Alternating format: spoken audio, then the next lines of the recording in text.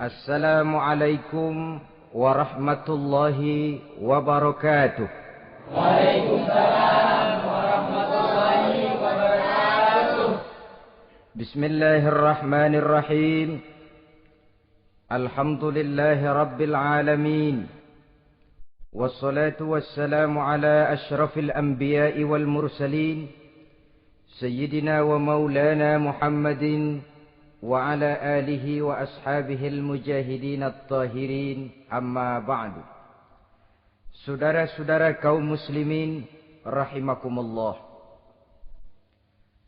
Pada pertemuan kali ini kita akan membicarakan riwayat Nabi Adam alaihi salam. Nabi Adam diciptakan oleh Allah dari tanah dan merupakan manusia pertama serta bapa dari seluruh umat manusia. Pada saat Allah hendak menciptakan Nabi Adam, Allah berkata kepada malaikat, "Inni ja'ilun fil ardi khalifah." Aku akan menjadikan seorang khalifah di permukaan bumi.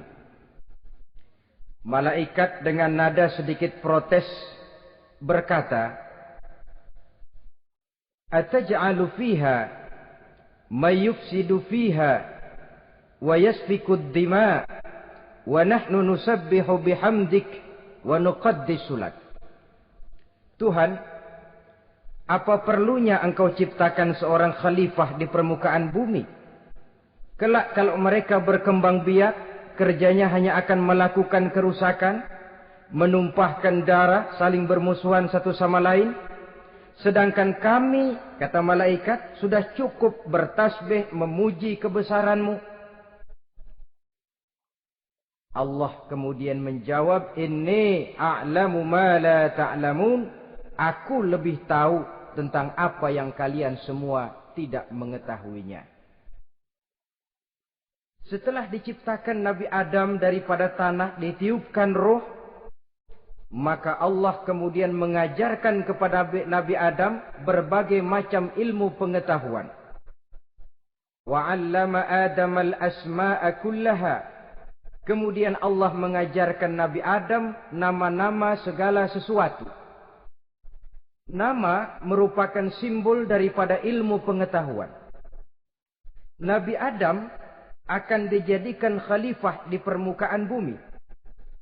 Maka dibekali oleh Allah Subhanahu wa taala al-asma'a kullaha, nama-nama segala sesuatu.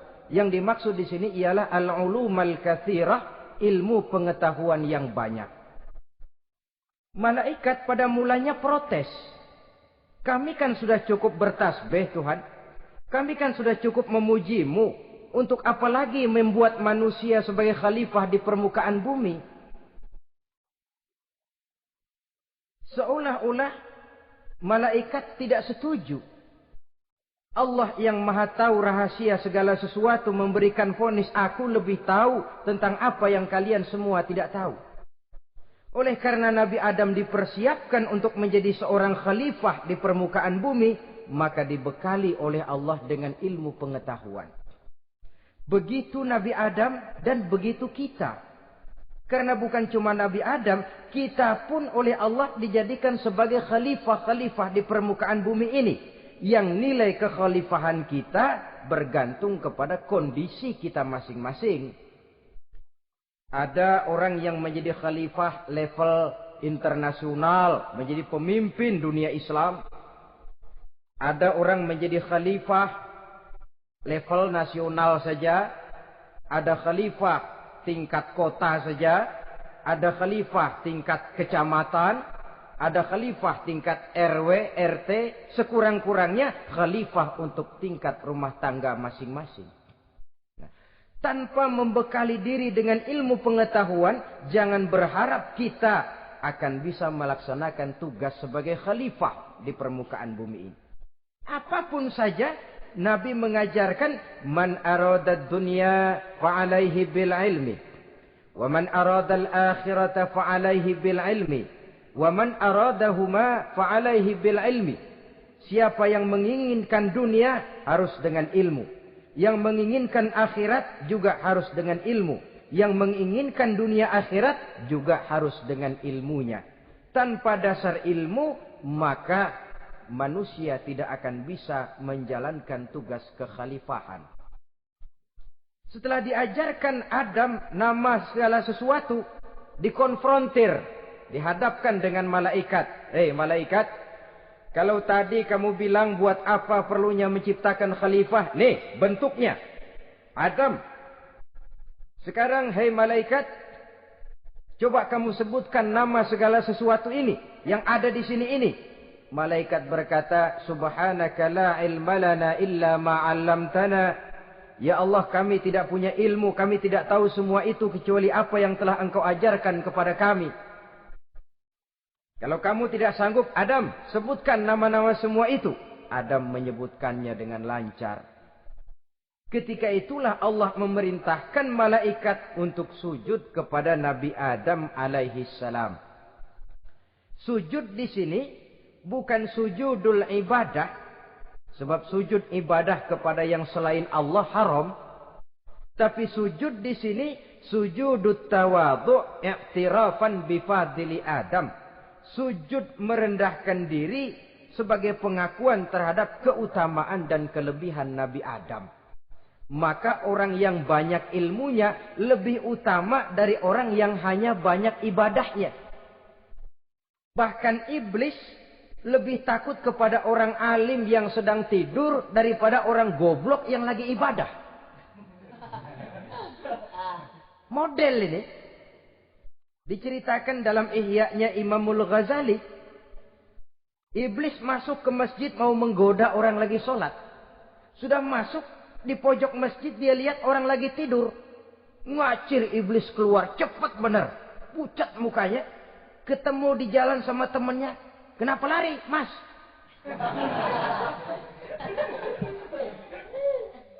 Kata temannya, saya mau goda orang sholat. Lalu tiba-tiba di pojok masjid saya lihat ada orang lagi tidur. Saya takut betul sama itu orang. Lari saya keluar. Loh, sama yang sembahyang sampean nggak takut, kok sama yang tidur takut bagaimana? Yang tidur itu orang alim. Yang lagi sembahyang itu orang goblok. Oh, godain orang goblok, saya colek juga dia lupa sembahyang.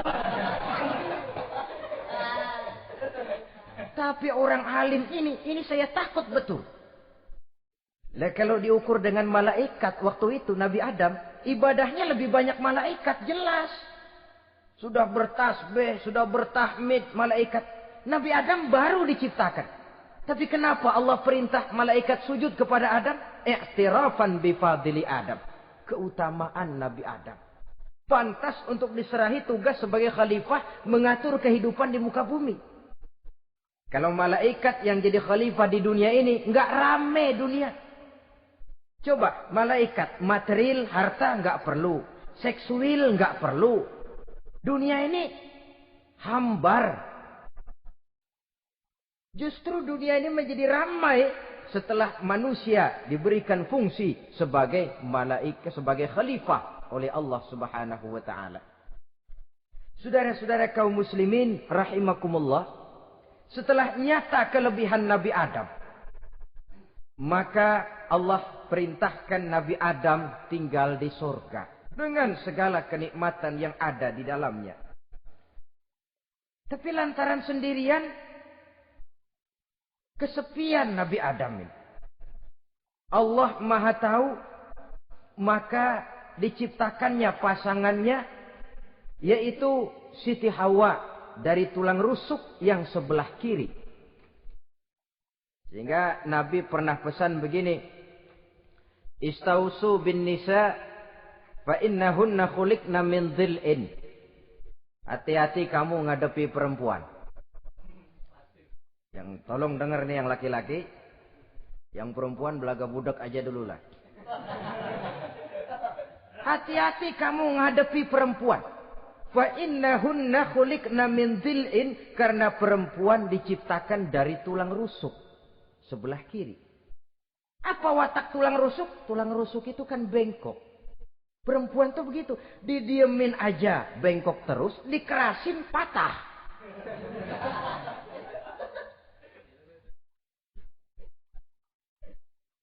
Saudara-saudara, di sini kita ambil satu hikmah bahwa ternyata yang bikin hidup terasa enak karena di sekitar kita banyak orang lain. Bodoh manusia kalau dia merasa bisa hidup sendirian. Tinggal di tengah kampung tapi gayanya gaya orang tidak mau kenal dan tidak mau tahu sama tetangga. Jangankan di dunia, di sorga saja Nabi Adam karena sendiri kesepian. Apa saudara mau tinggal di Jakarta? Apa saja di Jakarta, sudahlah milik saudara. Hotel Indonesia dikasih saudara. Hotel Borobudur punya saudara. Monas buntel bawa pulang.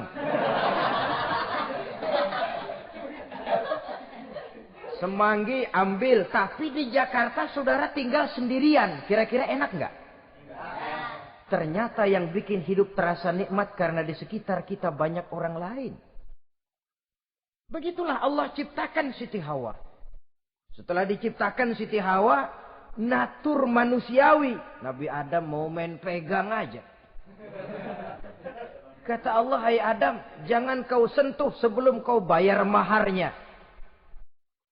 Maharnya apa ya Allah? Maharnya antusalliya ala Muhammadin sallallahu alaihi wasallam. Maharnya kau bersolawat kepada Nabi Muhammad. Manusianya belum lagi diciptakan tapi namanya sudah ada. Nurnya sudah ada. Bahkan dijadikan mas kawin antara Adam dengan Hawa. Karena itu dalam Islam sebenarnya urusan kawin itu bukan yang sulit. Maka jangan dipersulit. Tapi juga jangan digampang-gampangin.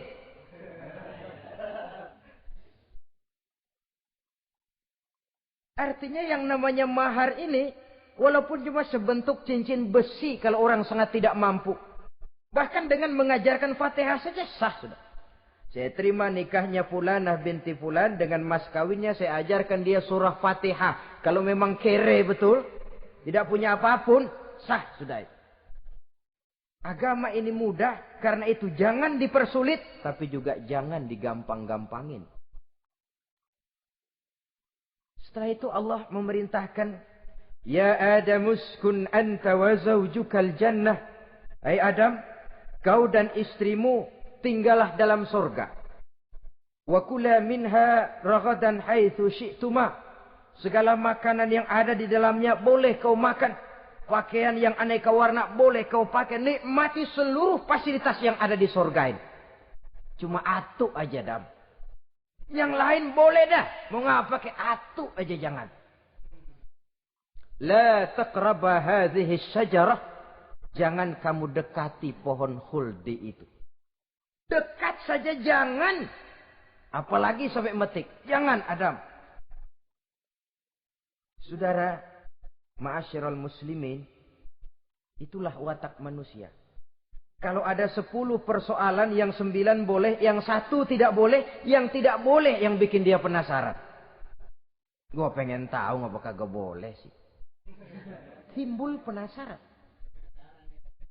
Apalagi iblis selalu berusaha. Sebab pada waktu malaikat disuruh sujud, semuanya sujud kepada Adam. Iblis tidak mau sujud. Tuhan tegur. Iblis, kenapa kamu tidak mau sujud? Mana mungkin Tuhan.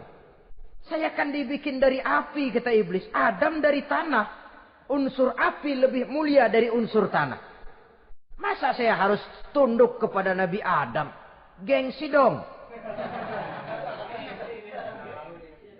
Adam kan anak kemarin sore, baru dibikin. Masa saya harus tunduk kepada orang yang macam itu? Ini kan perintah aku iblis. Kalau kau tidak mau tunduk, keluar dari sorga ini. Terusir iblis dari sorga karena kesombongannya tidak mau sujud kepada Adam. Nah, logika, kalau udah di sorga aja sombong diusir, apalagi yang masih tinggal di pinggir kali sombong.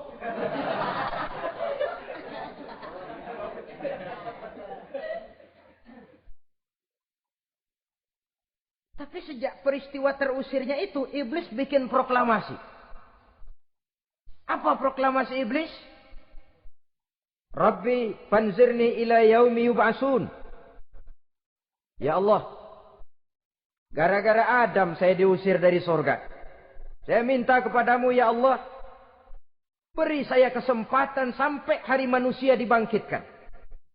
Kata Tuhan, innaka minal munzarin. Oke, silakan. Mau apa iblis? Rabbi bima aghwaytani la uzayyinanna lahum fil ardi wa la ughwiyannahum ajma'in. Ya Tuhan, disebabkan engkau telah menyesatkan aku, akan aku hiasi mereka manusia dengan kejahatan yang ada di muka bumi ini. Dan aku akan sesatkan mereka semua. Ini proklamasi iblis. Gara-gara Adam saya terusir dari surga. Maka sejak saat ini Adam dan seluruh keturunannya musuh bebuyutan saya. Akan saya lakukan segala macam cara untuk menggelincirkan manusia. Agar mereka menjadi orang yang engkau murkai ya Allah. Kemudian Allah memberikan jawaban. Dialog ini saudara bisa lihat dalam surah Al-Hijr. Ayat 40, 41 sampai 44. Kata Allah apa? Inna ibadi laisa laka alaihim sultanun illa manittaba'aka minal ghawin. Silahkan iblis. Yang lain barangkali bisa kau goda. Kecuali hamba-hambaku yang benar-benar hambaku, engkau tidak akan punya daya mempertipu mereka. Engkau tidak akan punya kemampuan menggelincirkan mereka. Kecuali kalau memang mereka sudah mau ikut pengaruhmu. Sepanjang mereka benar-benar menjadi hambaku, kata Allah. Hamba Allah yang sebenarnya, mereka di luar kekuasaanmu iblis. Tapi kalau mereka sudah turun menjadi hamba harta, hamba dunia, hamba pangkat, budak jabatan. Mereka itu yang bisa kau gelincirkan. Selama mereka masih tetap sebagai hambaku, kata Allah. Mereka di luar jangkauan kekuatan dan kekuasaanmu iblis. Nah, sejak saat itu kan iblis selalu nyari jalan. Nyari lantaran bagaimana Adam nih. Supaya dia tergelincir. Gara-gara dia saya diusir dari surga. Nguping terus iblis. Sampai akhirnya dia dapat berita tentang dilarangnya Nabi Adam mendekati pohon khuldi itu. Satu hari dengan muka sedih. Ya, iblis itu the best actor. Aktor ulung dia. Dengan roman muka sedih. Dia datang kepada Nabi Adam dan Siti Hawa. Kata Nabi Adam, iblis. Ente kok tampangnya demek amat sih?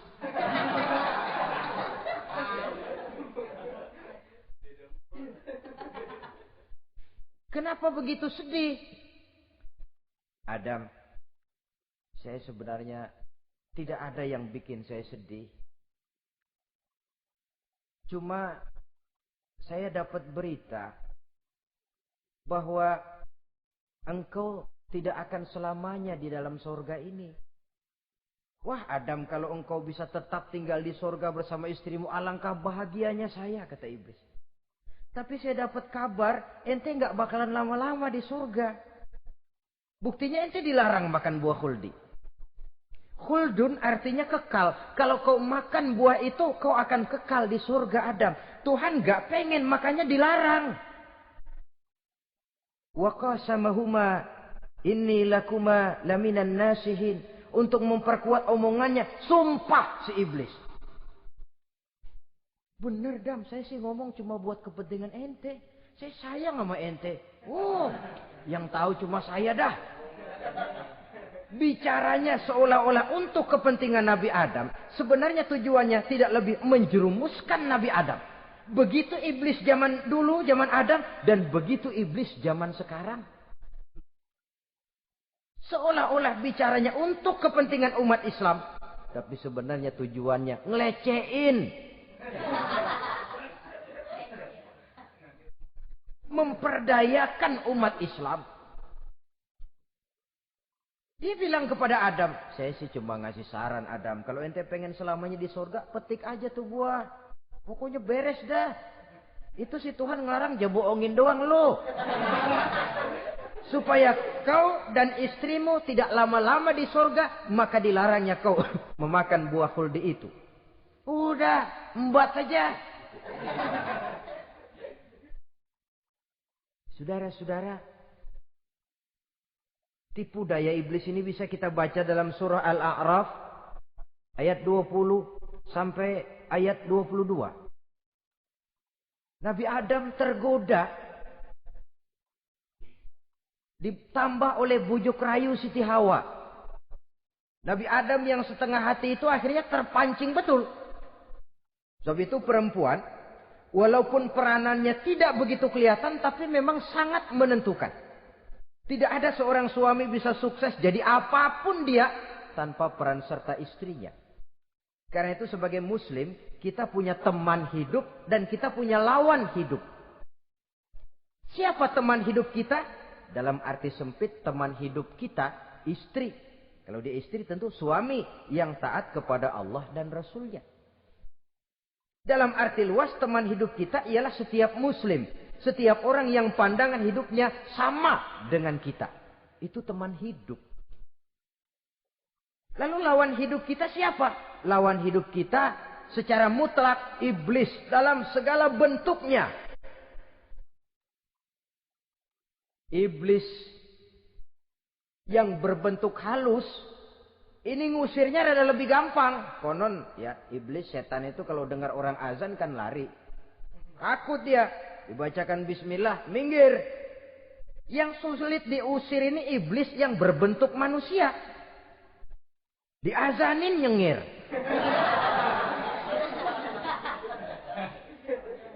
Gawat ini.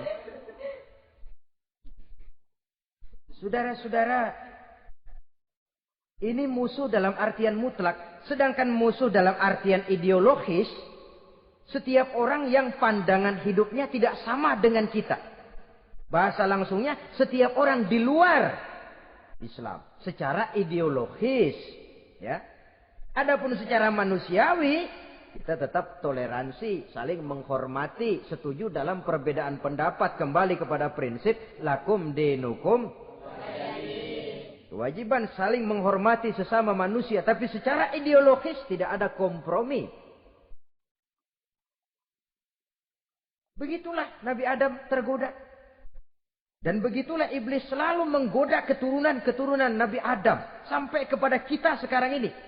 Tiap kali kita hendak melakukan berbagai kebaikan, iblis ini mulai bisik, kasar, kusuk, kesek. Saudara tadi dari rumah mau berangkat niat dengerin ceramah macam ini. Apa dikira iblis enggak? Wah, gatal iblis. Kata iblis, alah jangan bertingkah lah dengerin ceramah. Ceramah mah urusan 70 ke atas. Ente masih muda. Berjuang kita. Jihad, bismillah. Tidak, saya mau dengar ceramah. Berangkat kita ke tempat ini. Sampai di sini apa dikira iblis diam? Enggak. Dia bisikin lagi. Iya. Lo hadir ke sono dah. Cuma nyampe sono. Ngomong aja ngomong dah. Ustadz mah jangan didengerin. Ngomong aja udah. Perang lagi jihad. Saya nggak mau ngomong. Mau dengerin betul-betul. Kata iblis, iya lo dengerin dah, jangan ngomong, cuman pules.